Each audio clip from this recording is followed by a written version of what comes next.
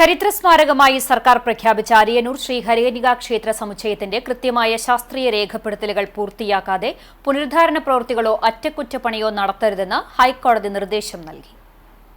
പുനരുദ്ധാരണത്തിന്റെ പ്രാധാന്യവും അടിയന്തര ആവശ്യവും പുരാവസ്തു വകുപ്പ് ഡയറക്ടറെയും നടപടികൾ കോടതിയെയും അറിയിക്കണമെന്നും justice V Raja Vijayaraghavan, justice K V Jayakumar എന്നിവരുൾപ്പെട്ട ദേവസ്വം ബെഞ്ച് ഉത്തരവിട്ടു.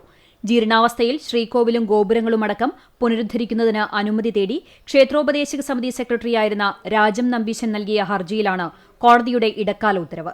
2019 പരിമിതമായ അറ്റകുറ്റപ്പണികൾക്ക് പുരാവസ്തു വകുപ്പ് അനുമതി നൽകിയിരുന്നുവെങ്കിലും മാനദണ്ഡങ്ങൾ ലംഘിച്ച് കോൺക്രീറ്റും സീലും ഉപയോഗിച്ച് നിർമ്മാണങ്ങൾ നടത്തിയതായി കോടതി പറഞ്ഞു.